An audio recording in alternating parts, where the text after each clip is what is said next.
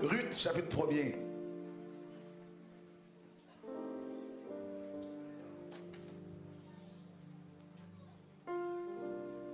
Seigneur, merci pour ta grâce au nom de Jésus-Christ.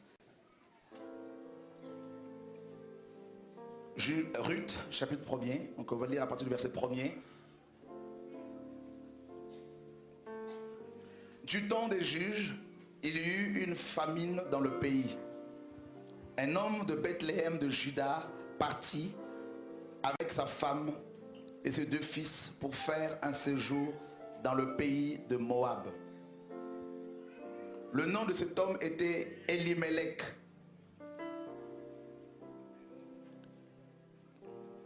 Elimelech.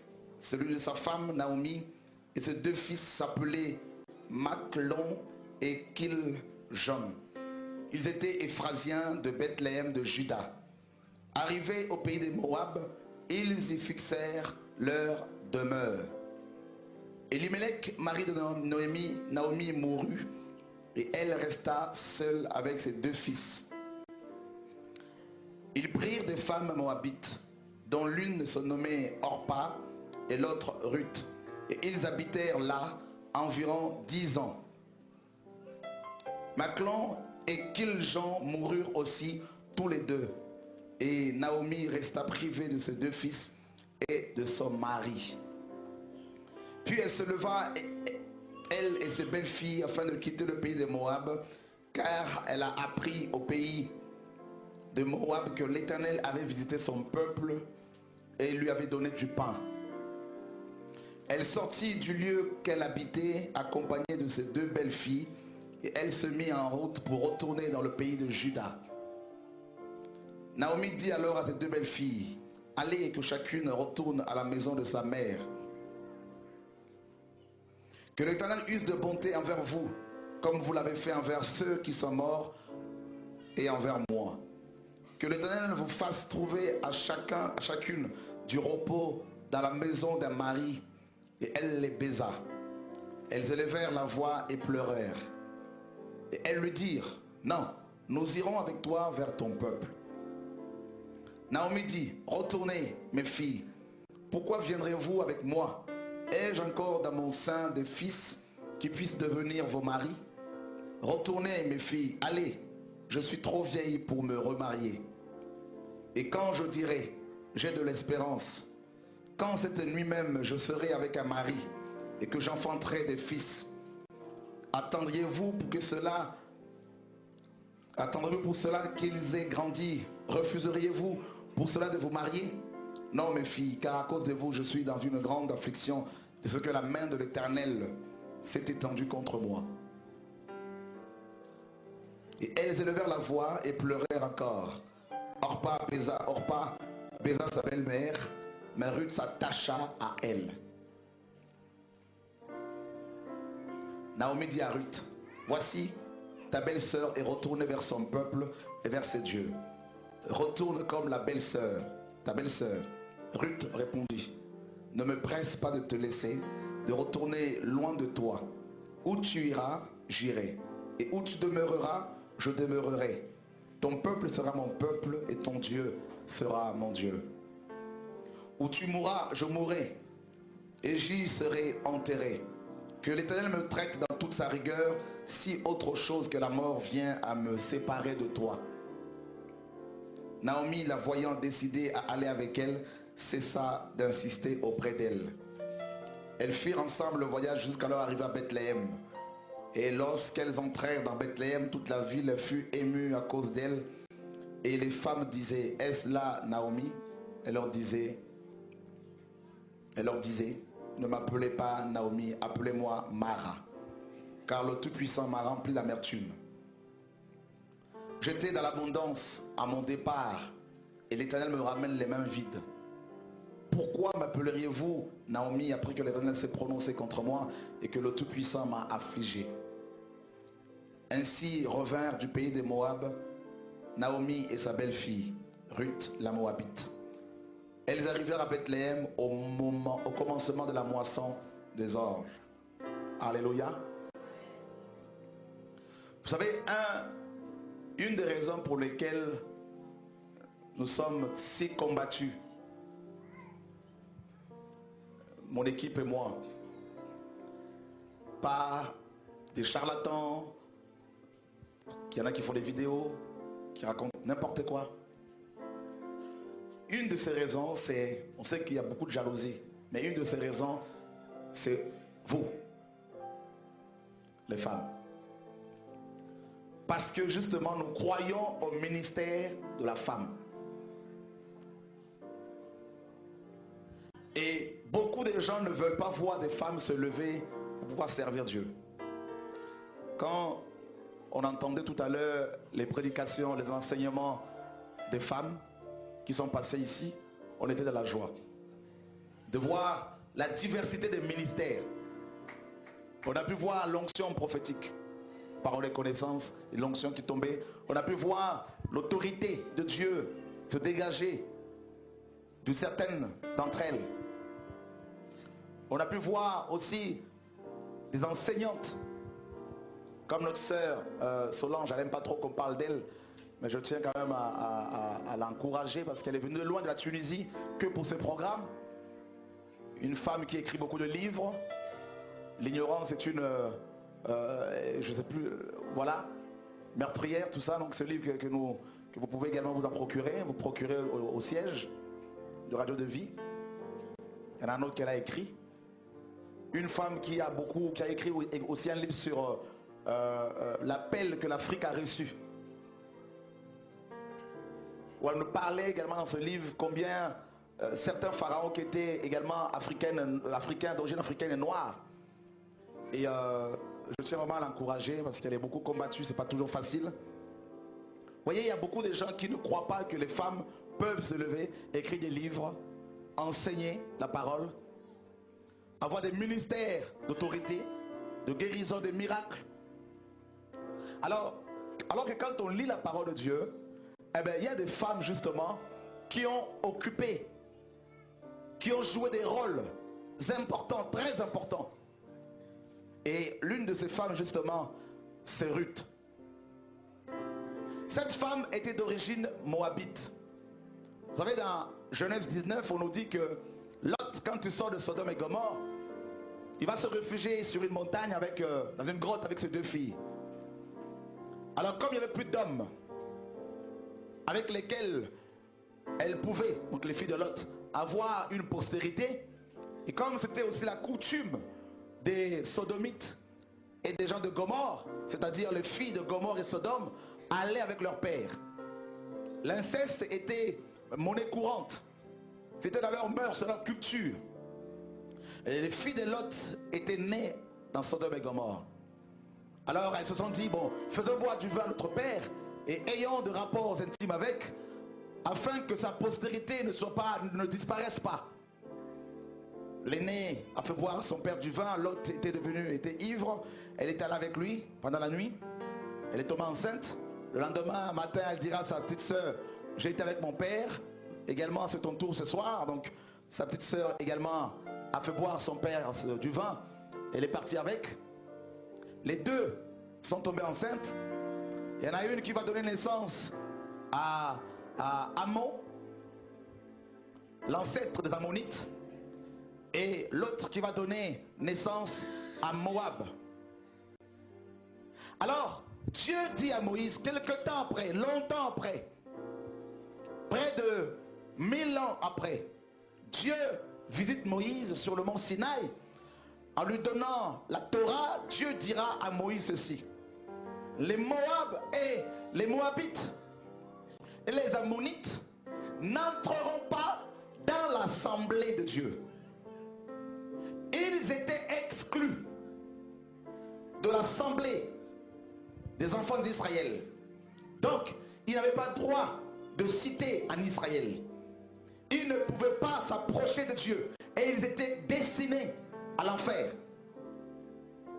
Quelle parole terrible! Parce que ces deux peuples étaient issus d'une relation illicite, une relation incestueuse.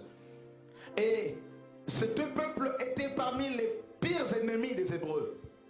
Lorsque les enfants d'Israël étaient sortis de l'Égypte, les Moabites et les Ammonites n'est-ce pas, refusait aux enfants d'Israël, n'est-ce pas, le droit de passage.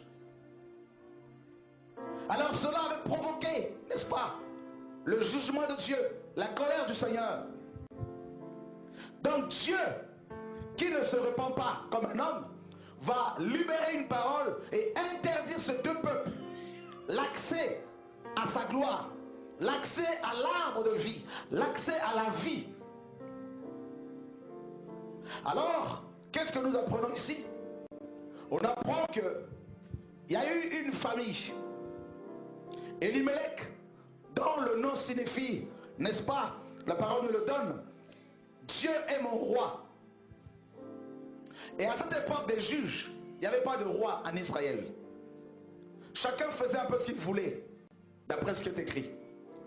Mais Elimelech, son nom était prophétique. Il portait un nom qui disait que Dieu était son roi, même s'il n'y avait pas de roi à cette époque. Mais Elimelech avait eu la révélation que Dieu était le véritable roi. Et on nous dit également qu'ils habitaient à Bethléem. Bethléem, maison du pain. Mais qu'est-ce qui s'est passé à cette époque? Il se trouve qu'il y avait justement une famine. Comment c'est possible que la maison du pain puisse en manquer? Et qu'est-ce que Elimelech va faire? Il va commettre une grave imprudence. Une grave erreur, une grande erreur. Il prend sa famille, sa femme et ses deux fils. Ils vont aller se réfugier chez les Moabites. Mes amis, vous savez, ce n'est pas parce que vous êtes dans un endroit où Dieu agit que vous n'aurez pas les épreuves. Bien au contraire. Les décisions que nous prenons ont des conséquences. Frère, très souvent quand on est éprouvé, ce n'est pas le bon moment de prendre des décisions.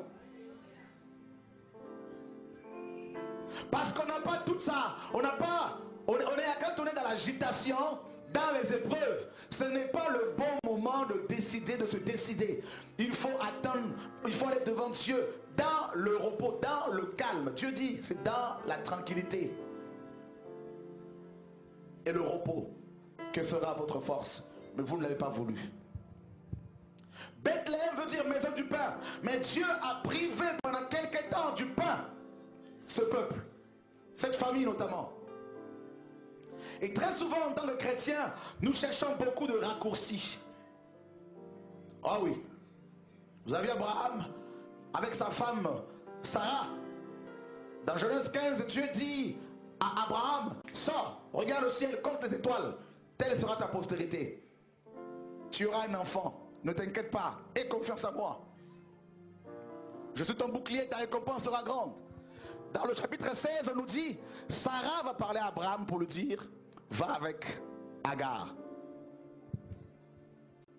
Comment quelqu'un qui venait à peine d'écouter Dieu peut-il se laisser fléchir par la voix de l'homme? C'est humain. La maison du pain. Combien parmi vous ont-ils été touchés par le message? Ah, ce message est puissant. Le retour à la parole, ah, c'est la parole sur le temps, c'est la réformation de l'église. Mais on se rend compte que, bien qu'ayant reçu cette parole, on a encore des combats, même plus qu'avant. Il y en a qui disent, frère, ce message est trop dur. Quand on était dans le système religieux bien comme il faut, on était à l'aise. Mais là, on est de plus en plus criblé de toutes parts, de tous côtés. Oui. Quelle est ta décision? Comment vis-tu la chose? Parce que tu vas perdre tes honneurs. Elimelech va à Moab. Et parce qu'il a quitté la maison du pain, la mort l'a frappé, frère. 10 ans de galère, la mort. Pour toi, peut-être ça sera la mort spirituelle. Je vais te dire une chose. Vous savez, Bethléem, Michée 5 nous dit, et toi, Ephrata, en parlant de Bethléem, petite parmi les milliers d'Israël, mais de toi sortira celui qui va paître mon peuple. Et le maître, comme vous le savez, mes amis, a grandi. Il est né où? À Bethléem. Bethléem avait reçu la promesse, l'appel, celui de donner naissance au Messie, au roi conducteur. Elimelech était l'image, il était l'ancêtre de Yehoshua. Mais voilà qu'il va se réfugier chez les Moabites et la mort le frappe. Vous savez, quand on est oppressé, quand il y a la famine, quand il y a les épreuves, on a tendance à sortir un peu. On se dit, il faut trouver un moyen. Je vais trouver je vais aller voir les amis du monde. Vous savez, vous qui avez été touché par cette parole, vous n'avez plus le choix. Vous ne pouvez plus faire marche arrière. Sinon la mort va frapper, mes amis. Oh non, ça va secouer, c'est vrai. Ta barque va secouer. Tu vas rentrer dans ton pays, tu vas rentrer dans ta ville. Et les épreuves vont augmenter. Et Dieu permet cette crise pour voir l'état de nos cœurs. On ne doit pas faire des alliances avec les Moabites. C'est pas possible. Parce qu'on va recevoir la semence de la mort. Vous savez, beaucoup quand ils sont éprouvés même dans leur couple, hein, surtout les femmes, vous savez, la plupart des victimes dans les assemblées sont les femmes. Et bizarrement, c'est par la femme que Satan est venu dans le monde. Le péché. La femme est un être trop sensible. Elle peut recevoir facilement de Dieu. Oh oui. Tout comme elle peut aussi recevoir de l'autre côté. Alors, Elimelech meurt. Ses deux fils également meurent. Naomi se retrouve seule. Elle a eu de l'amertume. Vous savez l'amertume? Ah oui. Regardez ce que la parole dit. Hébreux chapitre 12.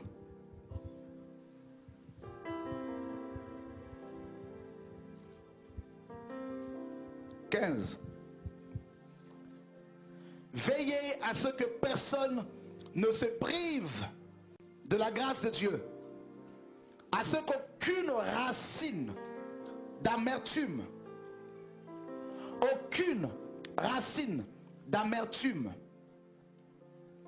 cette parole est trop puissante, poussant des rejetons, ne produisent du trouble et que plusieurs n'en soient infectés.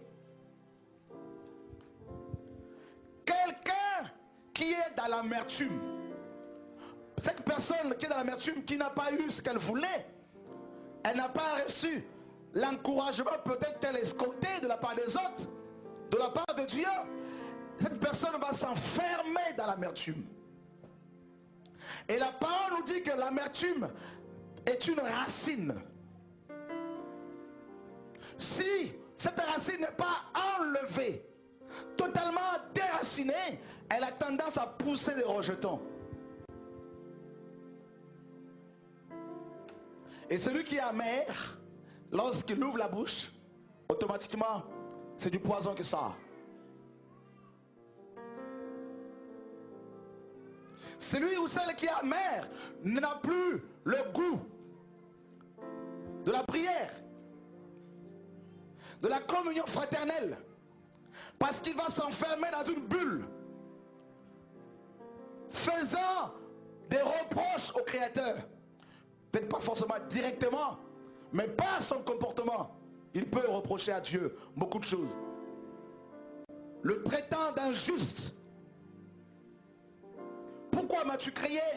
Pourquoi m'as-tu façonné? Pourquoi m'as-tu appelé au ministère? Pourquoi m'as-tu donné un mari pasteur? Oh oui, on rigole, hein? Mais c'est pas facile. Alléluia!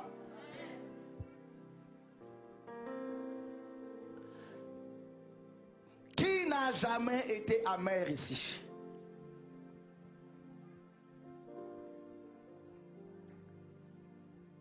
Alors, Naomi était dans l'amertume.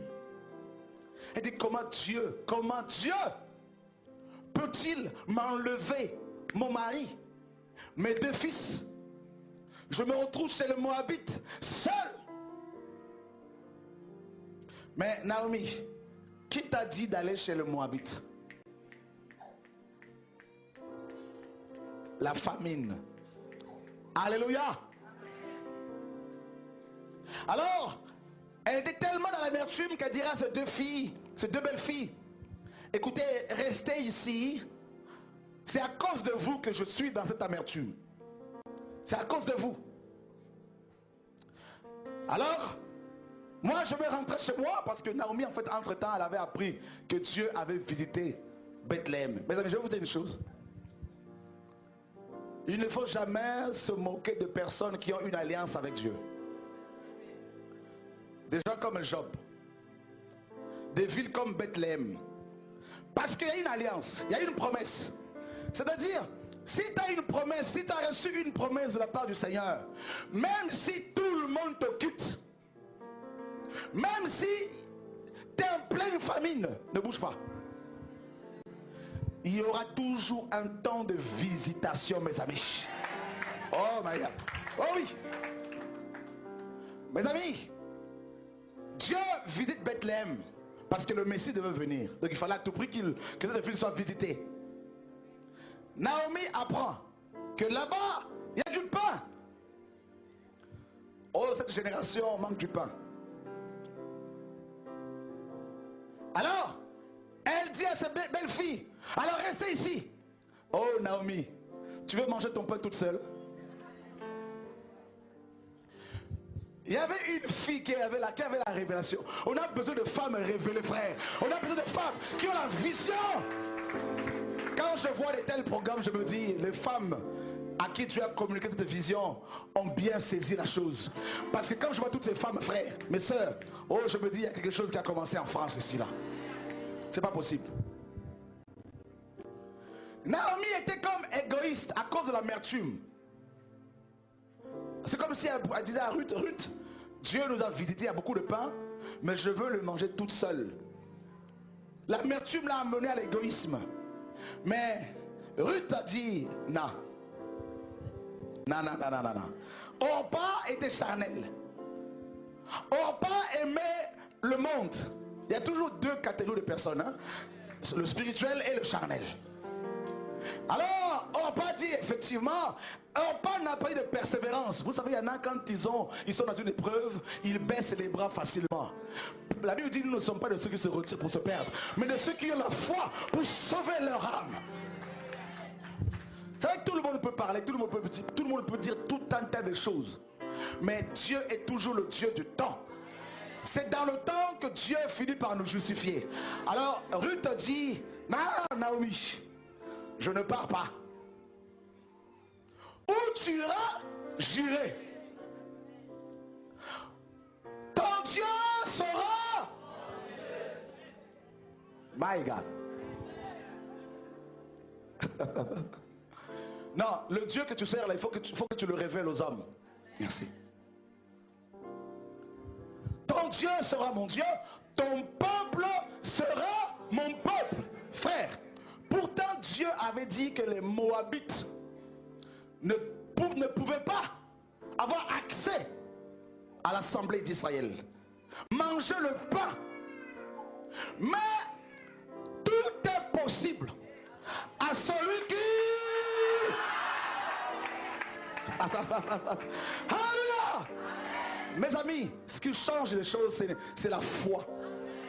Je crois que même s'il y a une malédiction qui avait été lancée, libérée, je crois que le Dieu que je sers, le Dieu de mes ancêtres, je crois que les choses peuvent... Oh!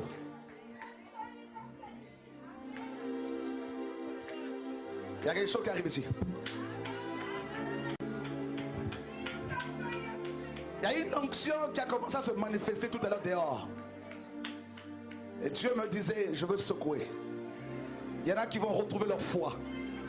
Il y a des guerrières là,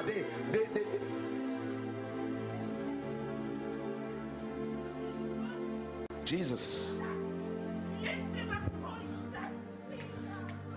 Le pain est là, bijou. C'est-à-dire, Dieu me montre ici des rouleaux qui sont attachés quelque part, partout. Sur des fils en or, des rouleaux, le pain. Et maintenant, Dieu cherche ces femmes qui ont la foi de Ruth. Mes amis, il y a des gens qui sont déjà condamnés d'avance à cause de leur couleur de peau. Il y a des gens qui sont condamnés d'avance à cause de leur ethnie, à cause de leur physique. Il y a des gens qui sont d'emblée rejetés. Mais ce qui t'élève, ce qui va te permettre de manger le pain de grand, c'est la foi. Or, la foi vient de ce qu'on entend. Et ce qu'on entend vient de la parole.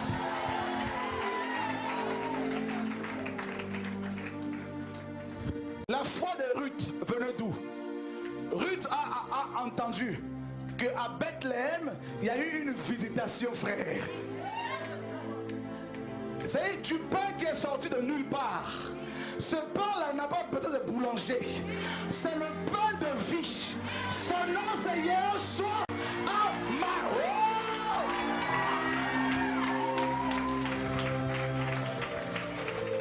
En fait, Ruth a eu la révélation de Yeshua. Parce que Jésus dit dans Jean 6, vos pères ont mangé la manne, ils sont tous morts. Mais celui qui mangera le pain que je suis ne sera pas mort. Il dit mangez ce pain. Ruth a eu à vue Jésus. Et la Bible dit, seul Jésus peut briser la malédiction de Moïse. Il a effacé l'acte dans les ordonnances nous condamnait et qui subsistait contre nous. Et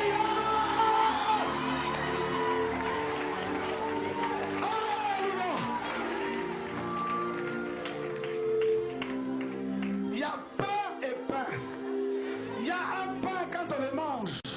Les malédictions ancestrales sont brisées. Les malédictions familiales sont brisées.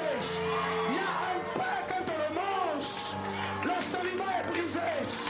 La maladie est brisée. La sorcellerie est brisée.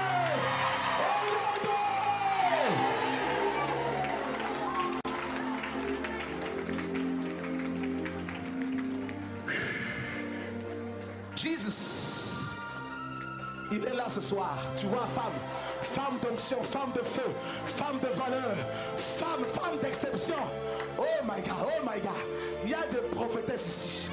L'Europe sera embrasée, le Danemark sera embrasé, l'Allemagne sera embrasée, les provinces seront visitées. Il y a des chantres ici, des femmes qui recevront une onction de la musique, de l'adoration puissante. Rinandalaya shakaraba shakababa. Endala kababa yegaba shekabaraba kasaka. Oh, quel homme, Yeshua Amashia.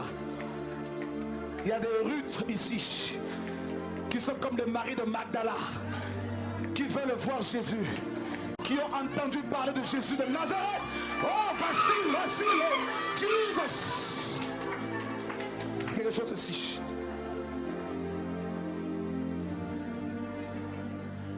Les femmes qui sont, mes amis, de la même trempe que Ruth, cherchent à toujours à manger du pain. Quand elles entendent que quelque part, il y a des rouleaux qui ont été donnés, les femmes entendront de plus en plus. Mais ça, Ruth a dit, là où on va t'enterrer, je serai enterré. Pourquoi? Parce que Ruth a compris que celui qui mange le pain de vie, même s'il meurt,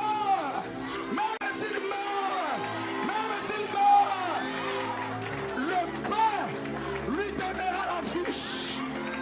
Alléluia.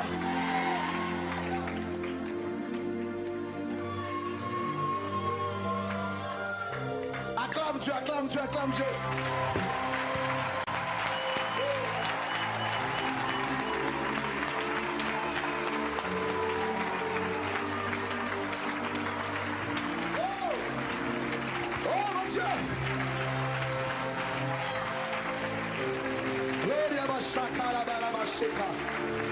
Glory.